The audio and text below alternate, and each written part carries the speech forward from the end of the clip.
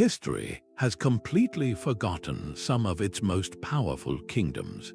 They built cities, controlled trade routes, and commanded armies, yet they left behind no written records of their own. These are the 15 vanished medieval kingdoms that disappeared into silence. By the end of this journey, you will know how archaeologists piece together these lost worlds from the clues they left in the earth. We will explore how a maritime power ruled the North Sea coast without a single chronicle, and why a desert empire's gold wealth is known only through the accounts of its trading partners. What does it truly mean for a civilization to be lost? Their power rose from the salt spray and the mudflats, a kingdom built not on stone but on water. The Frisians mastered the treacherous North Sea coast, their ships weaving a web of trade that stretched from Scandinavia to the heart of Europe. For nearly 2 centuries, this was a realm of sailors and merchants, answerable to no king or emperor in the traditional sense. Their most treasured possession was not land, but a concept, a principle so strong it defined them, the Frisian freedom. This was not a written law, but a living agreement, a social contract that granted them remarkable legal autonomy and freed them from the feudal obligations that bound the rest of the continent. They had no overlords, only their own codes and communities. We can still see the physical imprint of their ingenuity today, in the strange, man-made hills dotting the coastline known as Turpan. These were not natural features. The Frisians built these dwelling mounds layer by layer to lift their homes and livestock above the punishing floodwaters. It was a constant collective battle against the sea, and it forged a resilient and highly organized society. Their wealth is evident in the stunning artifacts pulled from the earth, intricate jewelry and golden ornaments that speak of a culture with far-reaching connections, trading with Vikings to the north and the powerful Frankish Empire to the south. Their economy thrived on the sea's bounty, fishing, producing precious salt, and controlling the flow of goods. Yet, despite this influence and prosperity, the Frisian kingdom left no chronicles, no royal decrees, no grand histories penned by its own people.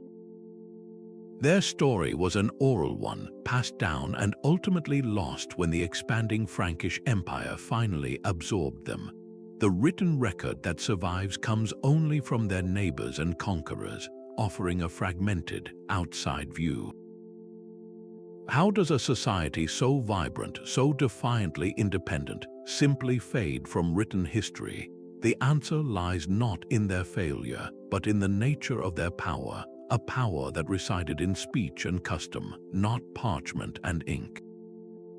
This pattern of a silent past repeats itself far from these coastal waters, in the vast, open grasslands of the Eurasian steppe. Far from the damp coastal flats, another kingdom thrived in the dry winds of the steppe. Between the Black Sea and the Caspian Sea, the Khazar Khaganate rose to become a colossal power. This was a Turkic empire built on the movement of goods and ideas, but its most astonishing feature was a spiritual choice that echoes through history. The Khazar elite made the extraordinary decision to adopt Judaism as their state religion. We know this not from their own records, for they left none, but from the sometimes bewildered writings of their neighbors. Imagine the surprise of foreign diplomats arriving from Christian Byzantium or the Muslim caliphates to find a powerful steppe empire governed by Jewish Khagans. This was not a conversion that excluded others. In fact, the Khazar capital, a legendary city called Atil that archaeologists have yet to pin down on a map, was a bustling hub of many faiths. Muslim merchants, Christian missionaries, Jewish scholars, and pagan tribesmen all lived and traded under a remarkable policy of tolerance. The empire's stability was so crucial that it acted as a vital buffer, absorbing the political and military pressures between the two superpowers of the age, preventing all-out war on its frontiers. Their political system was just as unique. Power was shared in a dual kingship. A spiritual figurehead known as the Khagan held ceremonial authority, while a military and administrative leader, the Bek, handled the practical matters of state. This delicate balance allowed them to govern a vast and diverse territory for centuries. Their wealth flowed from the Silk Road, controlling the northern branches that skirted the Caucasus Mountains. Yet, for all their influence, the material traces they left are frustratingly sparse. We find the outlines of their formidable fortresses and occasional hoards of coins, but their great capital remains a ghost, its true location lost to time. So how does such a sophisticated empire simply vanish? By the 10th century, their power waned. The rising might of the Kievan Rus pressed from the north, and the flow of trade began to shift, bypassing their control. The Khaganate collapsed, and its people were absorbed into the tides of history, leaving behind a profound question. What can the silent, multicultural remains of such an empire teach us about medieval diplomacy? They show us that power was not always about conquest, but often about connection, about creating a space where differences could coexist for mutual benefit. This theme of a great, silent African power emerges from a very different landscape, where gold was not just wealth, but a form of silent speech. Gold was the silent language of Ghana's power, a currency of prestige that echoed across continents without a single written word from its source.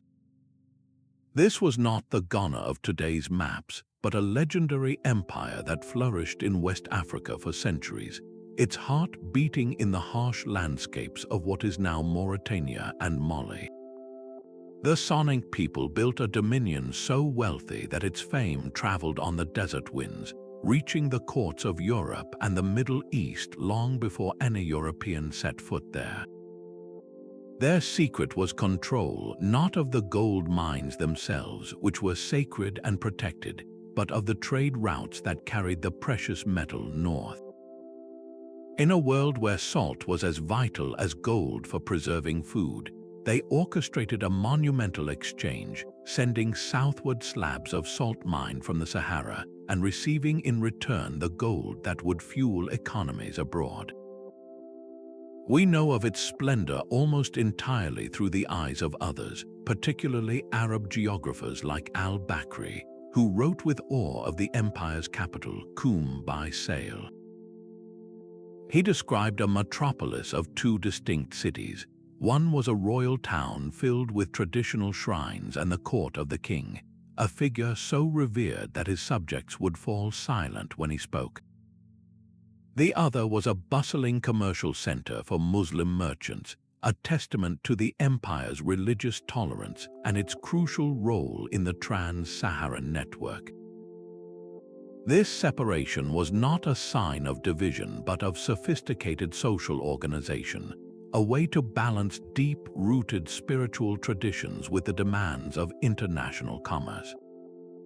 Archaeology confirms this grandeur, unearthing the stone foundations of by sail, which reveal a city of considerable size and complexity.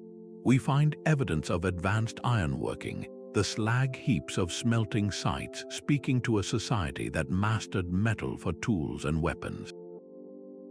The graves of the elite, filled with intricate gold jewelry and other luxury goods, paint a clear picture of a society with pronounced social stratification, ruled by a powerful and wealthy class. Yet, for all this physical evidence, the empire's own voice is absent. Its history was held in the memories of its griots, the master storytellers who passed down genealogies and epic tales through generations. This oral tradition was a living library, but one vulnerable to the passage of time and the chaos of collapse. That collapse came from a combination of environmental and political pressures. Persistent drought and overgrazing strained the agricultural base that supported the populous cities. At the same time, new powers were rising, most notably the Mali Empire, which would eventually absorb the remnants of Ghana's territory.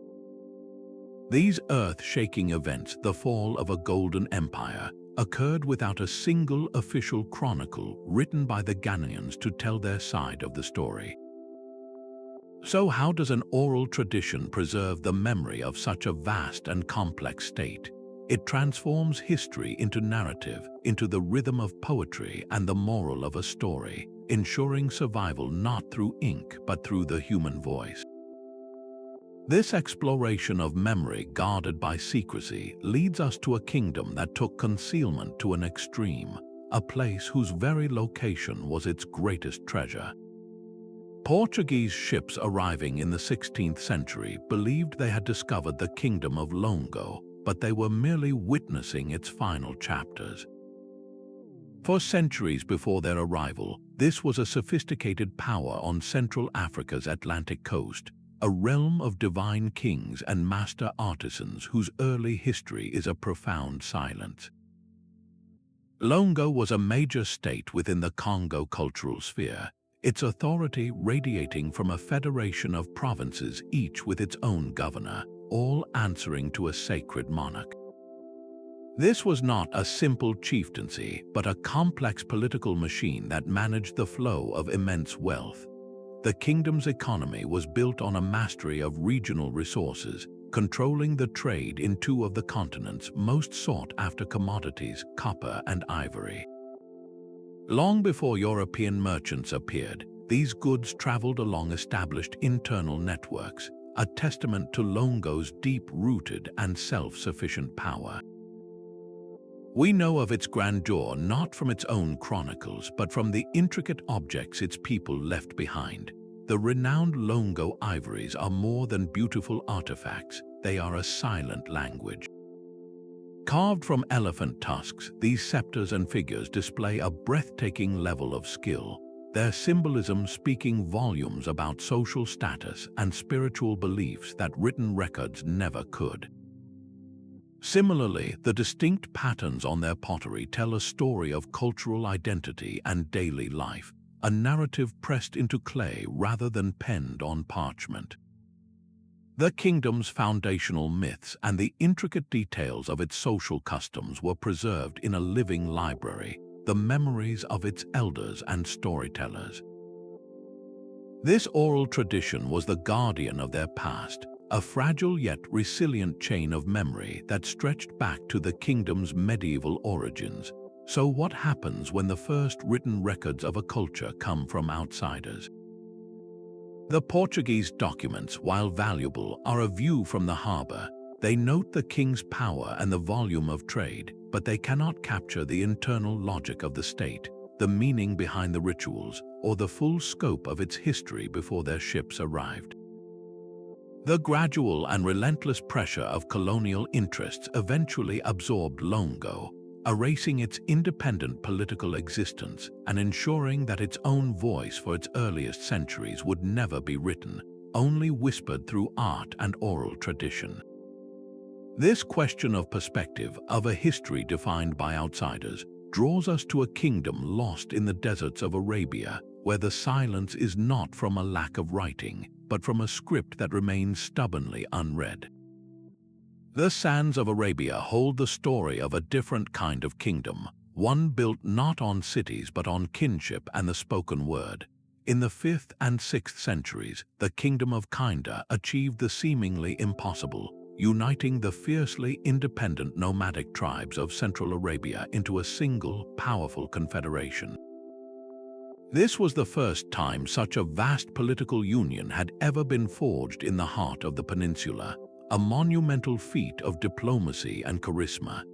At its helm was the legendary King Hajar Akil al-Murar, a figure whose name itself evokes the harshness of the desert, often translated as Hajar, eater of bitter herbs.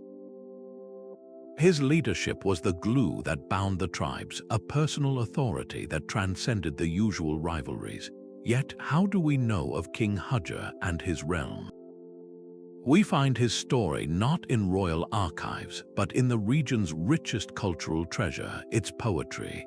The vibrant oral traditions of the Jahiliyyah period, the age of ignorance before Islam, became the unwritten chronicle of Kindah. These elaborate qasidas or odes praised the bravery of its warriors, lamented its losses, and preserved the memory of its kings in rhythmic, memorized verse. They were a living, breathing history, performed around campfires and carried across the dunes by poets who acted as the kingdom's journalists and historians. Beyond this poetic record, our only glimpses come from outsiders looking in. Syriac Christian chronicles and Byzantine diplomatic reports briefly mention Kindah's military raids and its complex political dealings with the great empires on its borders. They note its power, but they cannot tell us how it felt to be part of this great tribal alliance from the inside. The Confederation's strength was also its greatest weakness, entirely dependent on the loyalty of its constituent tribes. When internal rivalries flared and external pressures mounted from the rival Lakhmids and Ghassanids, client states of the Persian and Byzantine empires respectively, the Kingdom of Kindah fragmented almost as quickly as it had formed. Its political structure dissolved back into the desert from which it came. So how does a nomadic confederation exert such widespread influence without a written bureaucracy? It relies on the binding power of personal allegiance, on the authority of a charismatic leader, and on a shared cultural identity preserved not in ledgers but in language itself.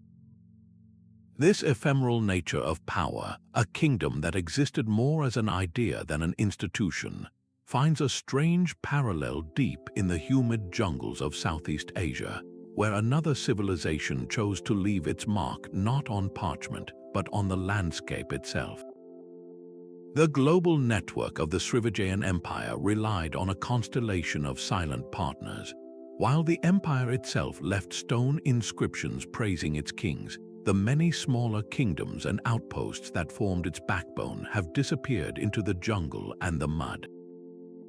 These were the vital ports and trading towns that dotted the coasts of Sumatra, the Malay Peninsula, and Java, controlling local straits and harvesting the resources that fed Srivijaya's wealth. They were the essential nodes in a web that stretched across the Indian Ocean, yet they left no chronicles of their own. Take the site of Kota Sina in northern Sumatra. Excavations reveal a surprisingly dense and urbanized settlement, a hub buzzing with industry and commerce. Archaeologists find foundations of brick structures, vast quantities of trade ceramics from as far away as China, and countless glass beads that were the currency of everyday exchange. This was a thriving town, but its original name is a mystery, its local rulers forgotten, its specific stories swallowed by time. These places likely had their own distinct chieftains, worshipped unique local deities, and followed social customs that were distinctly their own before being gradually absorbed into the homogenizing sphere of Srivijayan power. As the empire centralized its control, these local identities were often erased or overwritten, leaving behind only the anonymous debris of prosperity. The physical recovery of these sites is a desperate race against the elements. Rivers have silted up over the centuries, and rising sea levels have submerged entire coastal settlements, burying them under layers of earth and water. Each artifact pulled from the mud, every ceramic shard and worn bead, is a fragment of a lost conversation. So what can these silent objects truly tell us? They speak of the dockworker's daily meal, the trader's haggling in the market, the craftsman's skill, and the spiritual beliefs of a people who are connected to a medieval globalism. They are the material culture of connection itself, proving that history is written not only in grand inscriptions but in the humble, scattered remains of everyday life. This reliance on stone rather than parchment to declare a kingdom's greatness finds its ultimate expression in the highlands of Ethiopia. Across the ocean, a different kind of kingdom was rising, one built on earth itself. The great city of Cahokia was a phenomenon, a sprawling metropolis on the Mississippi River that at its peak around the year 1050 was more populous than any city in Europe, including London. This was the heart of the Mississippian culture, a society that functioned as a complex hierarchical kingdom, its power etched not into parchment but into the very landscape. The ruler, known as the Great Sun, wielded absolute authority from his perch atop Monk's Mound, an earthen pyramid so immense that its construction required moving over 14 million cubic feet of soil, all by hand, basket by basket. From that summit, he could gaze over a city of tens of thousands, a bustling center of ceremony, trade, and political might whose influence rippled across half a continent. This was no simple village, but a carefully planned urban center with a grand plaza, specialized neighborhoods for elites and artisans, and a stockade wall that spoke of both power and the need for defense. Their spiritual life was synchronized with the cosmos, marked by a structure known as Woodhenge, a great circle of towering cedar posts that acted as a solar calendar, tracking the equinoxes and solstices to guide the agricultural and ceremonial cycles of the city. The sophistication of their culture is evident in the artifacts they left behind, from beautifully engraved shell cups depicting a complex mythology to the distinctive Rami pottery, its fine temper and elegant shapes showing a mastery of craft. Yet for all this grandeur, we have no deciphered written records from the people of Cahokia. Their history is a narrative told by the ground, a story of soil and structure. So how does a city of such scale and influence simply vanish from its own historical narrative? By the middle of the 14th century, Cahokia was largely abandoned. The great mounds were left to the elements, and the city's political power dissolved. The reasons are still debated by archaeologists. Some point to environmental factors, like a prolonged period of cooler weather that would have shortened growing seasons and stressed the population. Others suggest that social unrest, perhaps a revolt against the rigid hierarchy of the Great Sun, led to its fragmentation. It is also possible that overhunting and deforestation degraded the local environment beyond its capacity to support such a dense urban center. The departure was silent, with no native chronicler left to explain the exodus. The mystery of its end is as profound as the achievement of its existence. This pattern of a powerful, centralized society fading without a written trace finds a startling echo not in a single city, but across the vast, open expanse of the Pacific. The silence of Cahokia finds its echo in the vastness of the Pacific Ocean. On the island of Tonga, the Tuʻi Tonga dynasty forged a maritime empire from the sea itself, a theocratic kingdom whose early power resides in the shadowy realm of oral tradition. From roughly the 10th century, their authority radiated from the capital at Ma, a sacred political center that commanded a network of islands stretching toward Fiji and Samoa. This was not an empire of conquest in the European sense, but a complex web of influence woven from naval prowess, strategic marriage alliances, and a shared Polynesian identity. Their great double-hulled canoes were the equivalent of medieval galleons, capable of undertaking voyages of thousands of miles, carrying not just warriors but diplomats and priests to bind the archipelago together. The physical proof of their sophisticated society is still standing today. At Ma, massive, terraced burial mounds known as langi mark the resting places of the sacred kings. These are not simple piles of earth, but intricate structures built with precisely fitted coral limestone slabs, engineering marvels that required immense communal labor and sophisticated knowledge. Even more striking is the Hamonga Amaui, a colossal stone trilithon that rises from the landscape like a gateway from another age. This megalithic structure, composed of 3 coral limestone slabs weighing many tons each, is a testament to their ambition and their deep astronomical understanding, likely aligned with the solstices. These monuments are a powerful, permanent language spoken in stone, yet the specific stories behind them, the names of the kings who commissioned them, and the details of the conflicts they weathered are all lost to the first written record.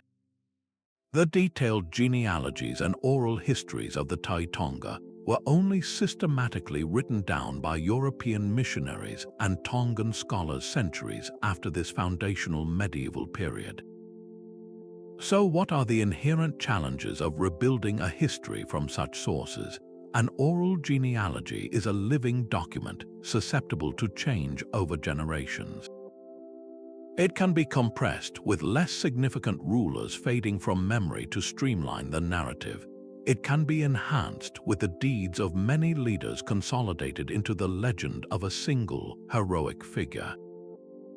Events can be reinterpreted to justify contemporary political structures or social hierarchies. The early Tonga period, therefore, exists for us as a blend of verifiable history and powerful myth, a glorious but blurred origin story for a kingdom that truly dominated the medieval Pacific. The silent stones of Ma confirm a great power was here, but the voices of its founders are whispers on the wind, reminding us that a monument can outlast a name, and a dynasty can be remembered long after its daily realities are forgotten.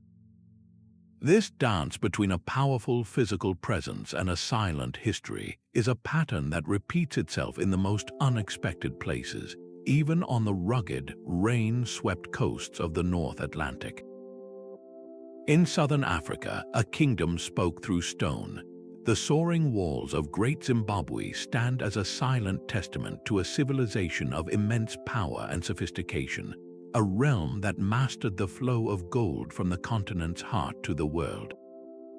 From the 11th to the 15th centuries, this Shona civilization constructed a capital of breathtaking scale, its grandeur etched in precisely cut granite blocks fitted together without a speck of mortar. These were not just walls, they were a declaration of authority, designed to inspire awe and project control over a vast economic network. The kingdom's wealth was legendary, built on a triad of power, vast herds of cattle, productive agriculture, and a commanding grip on the gold trade. They controlled the mines of the interior and the routes that carried the precious metal eastward to the Swahili coast city-states like Kilwa, where it was loaded onto house bound for India, China, and the Arab world. In return, luxury goods flowed back into the highland capital, a fact confirmed by the countless shards of Chinese celadon pottery, vibrant Persian glassware, and other exotic artifacts unearthed within the ruins. This was a society fully engaged in a medieval globalism, yet, for all its international connections, the Kingdom of Zimbabwe never adopted the writing systems of its trading partners. Why would such an advanced and connected civilization choose to remain silent in the written record? The answer lies in the power of their own traditions. Their history, their laws, and the lineage of their kings were entrusted to a different kind of custody, the deep well of oral tradition and the sacred authority of their rulers. The purpose of the site's most iconic structures remains a subject of fascinating debate. The massive, curved wall of the great enclosure, with its signature chevron pattern, likely served as a royal residence, a place of seclusion and power for the kingdom's elite. The solid, towering conical tower within it may have symbolized a grain silo, representing the king's role as the provider and protector of his people's food and prosperity. These are educated guesses, interpretations pieced together from later oral histories and the physical evidence itself. The true names of the kings who ruled from this stone city, the specifics of their dynastic squabbles, and the exact nature of their spiritual beliefs are secrets the stones refuse to tell. This profound cultural choice to build an empire on memory and monument rather than on parchment presents a compelling puzzle. How does a state administer complex trade and social hierarchies without written ledgers or decrees? It suggests a different kind of organizational genius, one rooted in ritual, symbolic architecture, and the trained memories of trusted officials. The kingdom's eventual decline and the abandonment of the great city only deepened the silence, leaving its deepest stories buried with its last rulers. This mystery of a civilization that looked outward to the world while fiercely guarding its internal voice leads us from the African plateau to the cloud-shrouded peaks of the Himalayas, where another kingdom chose a different path into oblivion. High on the barren plains of western Tibet, the kingdom of Guge carved its legacy not on parchment, but directly into the face of mountains. This was a civilization of stark contrasts, a flourishing of faith and artistry in one of the most remote and inhospitable landscapes on Earth. Founded in the 10th century, Guge emerged as a spiritual sanctuary, a crucial beacon for the second great wave of Buddhism into Tibet. Its kings were not just political leaders, but devout patrons who invited the legendary translator Rinchen Zangpo to its courts, commissioning him to render countless sacred texts into the Tibetan language.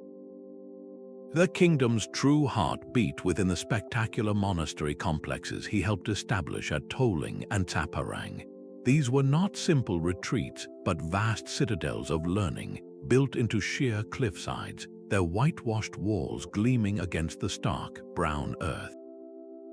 Inside these sanctuaries, artists created some of the most breathtaking wall paintings in all of Asia, vibrant depictions of celestial Buddhas, swirling mandalas, and serene deities that covered every surface. These murals were a visual library of Buddhist philosophy, a guide to enlightenment painted in brilliant mineral pigments that have survived the centuries. Yet this incredible artistic output creates a profound historical silence.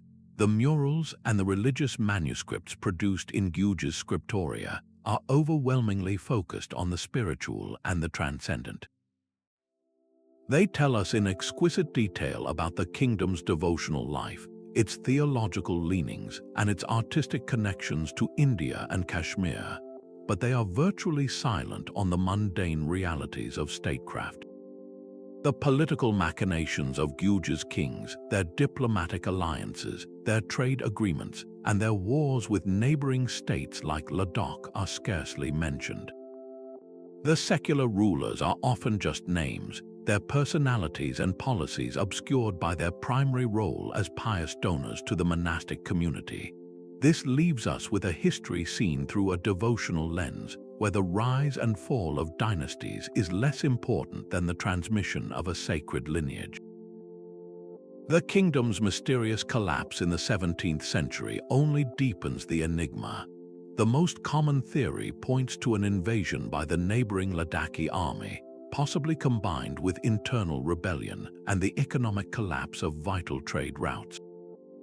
The great citadel of Taparang was besieged and fell, its defenders defeated, and the surviving population is said to have abandoned the area. The desert winds quickly began their work, scouring the palaces and temples, slowly burying entrances and filling courtyards with sand. So how does religious art become the primary historian for a lost kingdom? It tells a different kind of truth. It reveals the intellectual and spiritual ambitions of a people, their aesthetic values, and their place in a wider cultural world. The art of Guge is its autobiography, a story of faith so consuming that it became the only story worth telling in permanent form. This spiritual silence in the desert finds a parallel in another realm of sand, where a different empire chose to build its legacy on a foundation of gold and salt. Deep in the heart of the Libyan Sahara, a civilization defied the very logic of the desert. The Garamantes Confederation was not a fleeting oasis kingdom, but a sophisticated urban power that flourished for more than a millennium. From their capital at Garama, a city whose ruins lie beneath modern Germa, the Garamantes achieved the impossible, creating a green and populous world in one of the most arid places on Earth. Their secret was not magic, but a breathtaking feat of hydrological engineering. They mastered the art of tapping into ancient fossil water reserves, constructing a vast network of underground tunnels known as fagaras.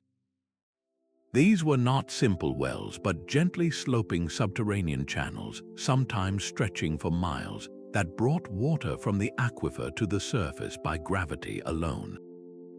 This complex system required constant maintenance and communal effort, supporting agriculture, lush gardens, and towns that thrived in the searing heat.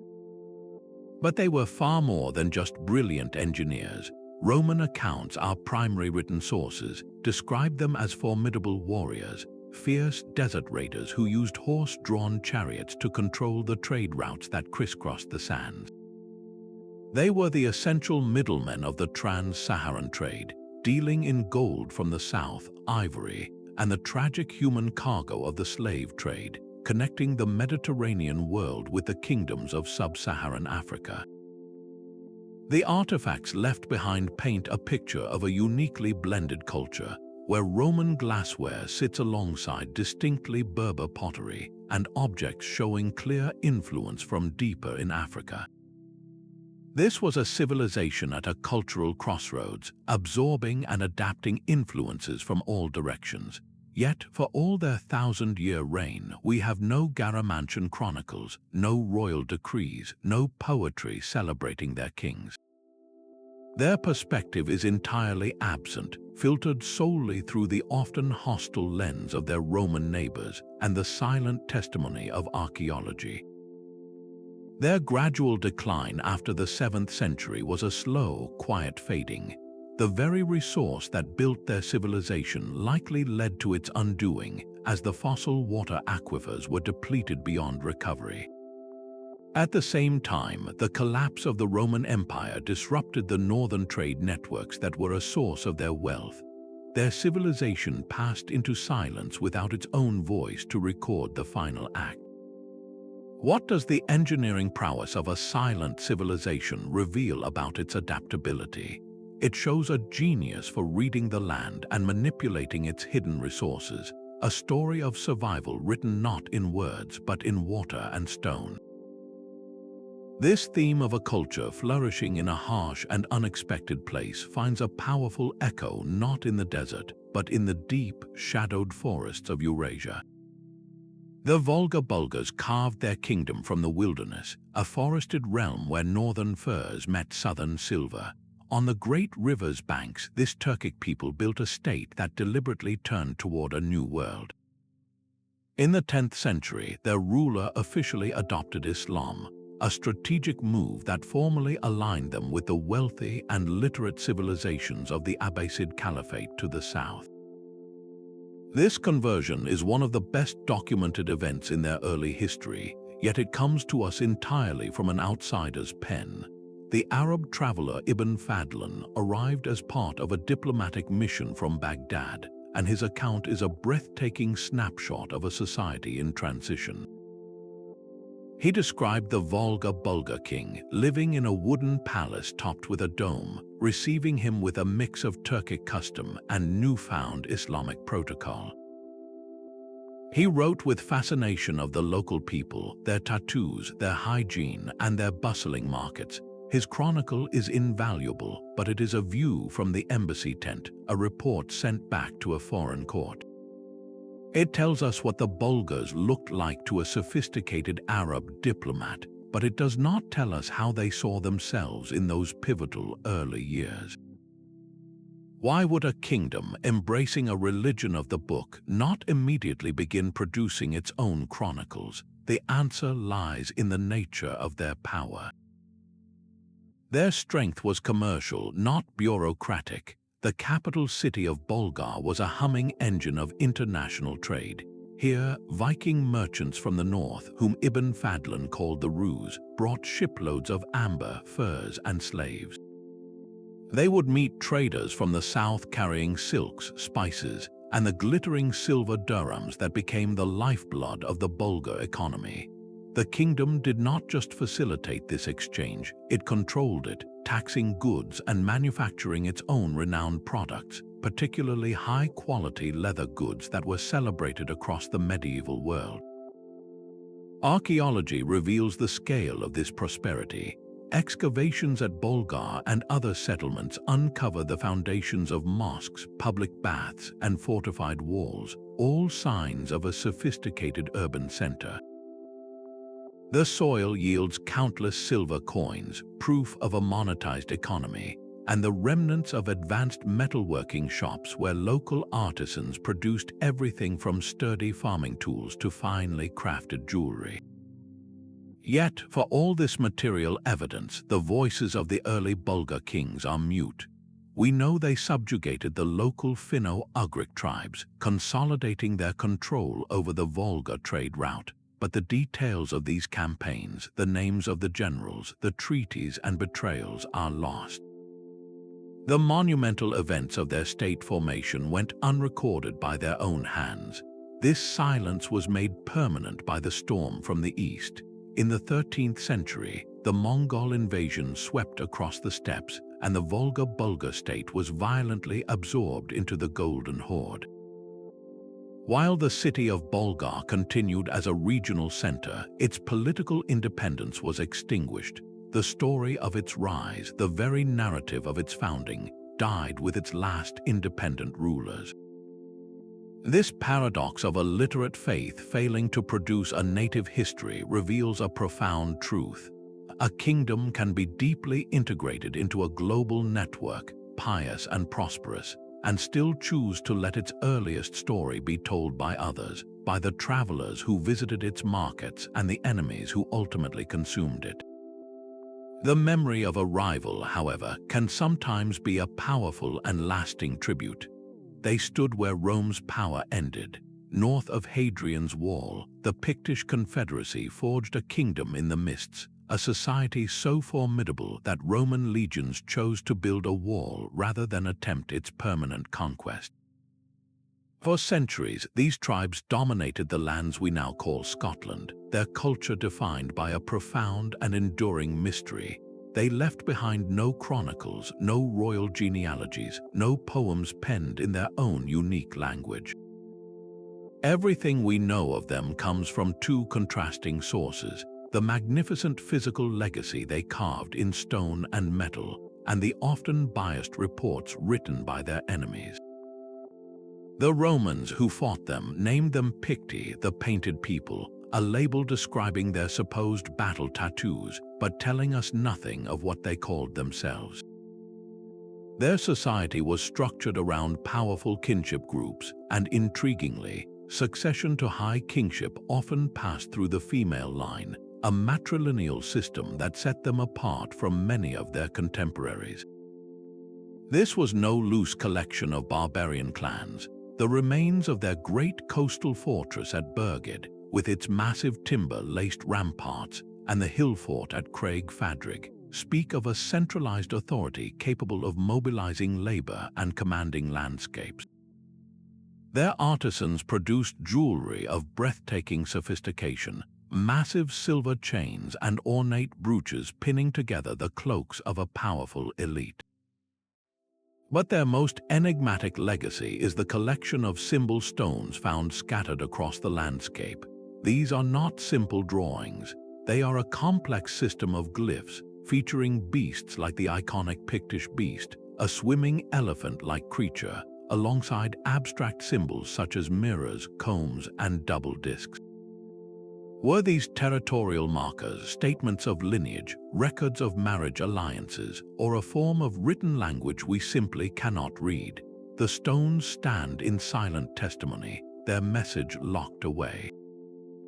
This vibrant culture did not fall to a foreign invasion, but was gradually absorbed through political merger. In the 9th century, the Pictish king Synod mac Aelpin, known more commonly as Kenneth mac Alpin, is said to have united the Pictish lands with the Gaelic kingdom of Dal Rhiata, forging the nascent kingdom of Alba, the precursor to Scotland. With this union, the Pictish elite increasingly adopted Gaelic language and customs. The final silence fell when the writing of history was taken up entirely by their Gaelic-speaking successors, who had little interest in preserving the distinct narrative of the Pictish past. Their language faded, their political identity dissolved, and their story was overwritten. Can a culture be truly understood through the art and architecture it leaves behind? The Picts offer a powerful answer that beauty and mystery can coexist. Their symbol stones are a declaration of identity that requires no translation, a permanent reminder that a kingdom can vanish from the written record while its voice echoes powerfully through the ages. This search for a voice in the artifacts of a lost people leads us from the misty highlands to the windswept plains of Central Asia. The Wusun Horsemen moved like a force of nature across the Tian Shan grasslands, their history written in hoofprints rather than ink. This powerful confederation held the strategic Ili Valley, a vital corridor on the Silk Road where the influence of Han China met the wandering tribes of Central Asia. We know they were there not because they told us, but because the Chinese annals could not ignore them. Han Dynasty court historians documented the Wusun as formidable horse archers, sometimes crucial allies against common enemies like the Xiongnu, and at other times dangerous adversaries. These records are our primary window, but they are a view from the Great Wall, a perspective filtered through the lens of imperial strategy and diplomacy. The scribes noted the Wusun's military strength and shifting allegiances, yet their chronicles remain silent on the internal life of this nomadic people. What did the Wusun believe about the spirits of the mountains that surrounded them? How were their kings chosen, and what songs were sung around their campfires? These intimate truths are lost, replaced by a dry account of geopolitical utility. Their entire society was built around the rhythm of the herd. This was a pastoral nomadic culture where wealth and status were measured in horses and livestock, and social bonds were forged through complex ties of tribal kinship. A Wusun king's authority rested not on a written constitution, but on his ability to provide for his people and lead them to fertile pastures. Their mastery of the horse was absolute, allowing them to project power across vast distances and control the flow of goods along the northern Silk Road routes. They were the gatekeepers of a continental exchange, yet they left behind no ledgers, no treaties, no royal decrees. The only artifacts that speak for them are the objects found in their burial mounds, the kurgans that dot the landscape. These graves contain weapons, horse trappings, and distinctive gold artifacts that show a blend of artistic influences from both East and West. The artifacts prove their connections, but they cannot recount a single conversation between a Wusun trader and a Chinese merchant. They cannot explain the personal rivalries that must have fractured their royal court. This profound silence raises a difficult question. What is truly lost when a civilization is documented solely by its rivals? The Chinese records are invaluable, but they present the Wusun as a problem to be managed, a piece on a grand strategic board. We learn what the Han court needed to know, not what the Wusun people needed to remember. Their own identity, their sense of self, their internal conflicts and triumphs have been permanently overwritten by an external narrative of utility. Their gradual fade from history was not dramatic. They were simply absorbed, their people and lands assimilated by the rising waves of other steppe powers and migrating tribes. They vanished without a self-penned epitaph, their story forever told by the observers across the border. This final example of a kingdom known only through the eyes of another brings our journey to its ultimate destination, a civilization whose disappearance was so complete that its very existence became a question mark swallowed by the desert sands. Their fate is written not in chronicles but in the sand itself. While the great library cave at Dunhuang preserves a world of words, The smaller Oasis kingdoms that made its existence possible have been erased by the desert winds. Scattered across the Tarim Basin, these tiny, fortified city-states were the unsung heroes of the Silk Road, the essential way stations that made transcontinental travel possible. They were not empires but vital stops on a journey, thriving in the narrow strip of life between the endless dunes. Within their mud brick walls, a remarkable fusion of cultures took root. Buddhist monks, Manichaean priests, and Nestorian Christian traders all found a home here, their diverse beliefs coexisting in a vibrant spiritual marketplace. The archaeological record confirms this rich tapestry. Excavations of their ruins yield astonishing finds, from vibrant murals depicting blue-eyed Buddhas to fragile manuscripts written in Sogdian, Tucherian, and other lost languages of the caravan trade. These texts are the property of travelers, merchants, and monks passing through, not the local chronicles of the kingdoms themselves.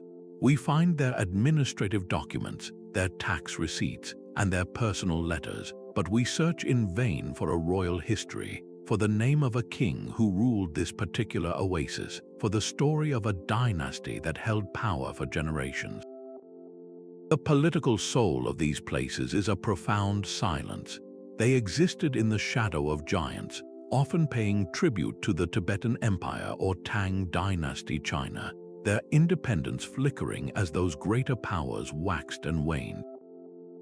Their survival was a precarious miracle of human ingenuity, reliant on sophisticated irrigation systems that channeled glacial meltwater from distant mountains to feed their fields and gardens. But the climate itself turned against them. A long, slow process of desertification set in, gradually choking the vital water sources. The glaciers retreated, the rivers shrunk, and the sand began to reclaim the land it had once yielded. One by one, these bustling hubs were abandoned, their populations dispersing, their libraries left to the dust. There was no one left to write their obituary, to record the final days of a kingdom that had once welcomed the world. So what does the fate of these minor kingdoms reveal about civilization on the edge? They are a stark lesson in fragility. A culture can be a brilliant nexus of global ideas, a crucial node in a network that spans continents, and still be utterly dependent on a single, vulnerable resource. When the water vanished, their entire reason for being vanished with it. Reflecting on these 15 silent histories, from the Frisian coast to the Tarim Basin, forces us to confront a deeper truth about historical memory. The past that reaches us is not a perfect record, but a filtered one shaped by survival. We know the stories of the empires that built in stone and wrote on parchment. We know far less of the societies that built with wood or water or words spoken aloud. These vanished kingdoms teach us that history is not just about what was written down, but about the immense, silent spaces in between. They remind us that entire worlds of human experience, of power, faith, and commerce can disappear, leaving behind only whispers in the artifacts we are fortunate enough to uncover. The collective silence of these 15 kingdoms speaks volumes about history itself. It reveals that the written word was a fragile exception, not the rule, and that vast chapters of the human story are held in trust by the earth, by artistry, and by the memory of storytellers. These realms were not failed states. They were brilliant, diverse adaptations to their environments, proving that complex statehood could flourish without a written bureaucracy. From the Frisian merchants governing by oral agreement to the Mississippian lords commanding a continent from an earthen pyramid, they devised their own ways to record power, to administer trade, and to build a legacy. Their very existence shatters the old, simplistic image of the so-called Dark Ages as a time of universal decline and ignorance. Instead, we see a world teeming with innovation, a vibrant tapestry of political experiments unfolding from the North Sea to the Pacific. To hear their stories, we must become detectives of the dust. We rely on an interdisciplinary toolkit, piecing together clues from the seeds found in ancient storage pits, the pollen grains preserved in lake beds that tell of changing climates, and the subtle shifts in language that hint at long-forgotten migrations. This is history written not by the victors, but by the totality of human endeavor, a narrative inferred from a shattered pot, the wear on a stone step, and the chemical signature in a piece of glass. This expanded view fundamentally challenges the historical canon, urging us to listen as intently to the whisper of a symbol stone as we do to the decrees of an emperor. It is a more democratic and inclusive understanding of our global heritage, one that finds profound meaning in the silent spaces between the written lines. The collective silence of these 15 kingdoms speaks volumes about history itself. It reveals that the written word was a fragile exception, not the rule, and that vast chapters of the human story are held in trust by the earth, by artistry, and by the memory of storytellers. These realms were not failed states, they were brilliant, diverse adaptations to their environments, proving that complex statehood could flourish without a written bureaucracy. From the Frisian merchants governing by oral agreement to the Mississippian lords commanding a continent from an earthen pyramid, they devised their own ways to record power, to administer trade, and to build a legacy. Their very existence shatters the old, simplistic image of the so-called Dark Ages as a time of universal decline and ignorance. Instead, we see a world teeming with innovation, a vibrant tapestry of political experiments unfolding from the North Sea to the Pacific. To hear their stories, we must become detectives of the dust. We rely on an interdisciplinary toolkit, piecing together clues from the seeds found in ancient storage pits, the pollen grains preserved in lake beds that tell of changing climates, and the subtle shifts in language that hint at long-forgotten migrations. This is history written not by the victors, but by the totality of human endeavor, a narrative inferred from a shattered pot, the wear on a stone step, and the chemical signature in a piece of glass. This expanded view fundamentally challenges the historical canon, urging us to listen as intently to the whisper of a symbol stone as we do to the decrees of an emperor. It is a more democratic and inclusive understanding of our global heritage, one that finds profound meaning in the silent spaces between the written lines. So the next time you walk through a landscape, consider what lies just beneath your feet. Which fragment of a forgotten world might be waiting there, ready to tell its story to someone willing to listen? Let us know in the comments which of these silent kingdoms captured your imagination, and subscribe to join us as we continue unearthing the forgotten chapters of our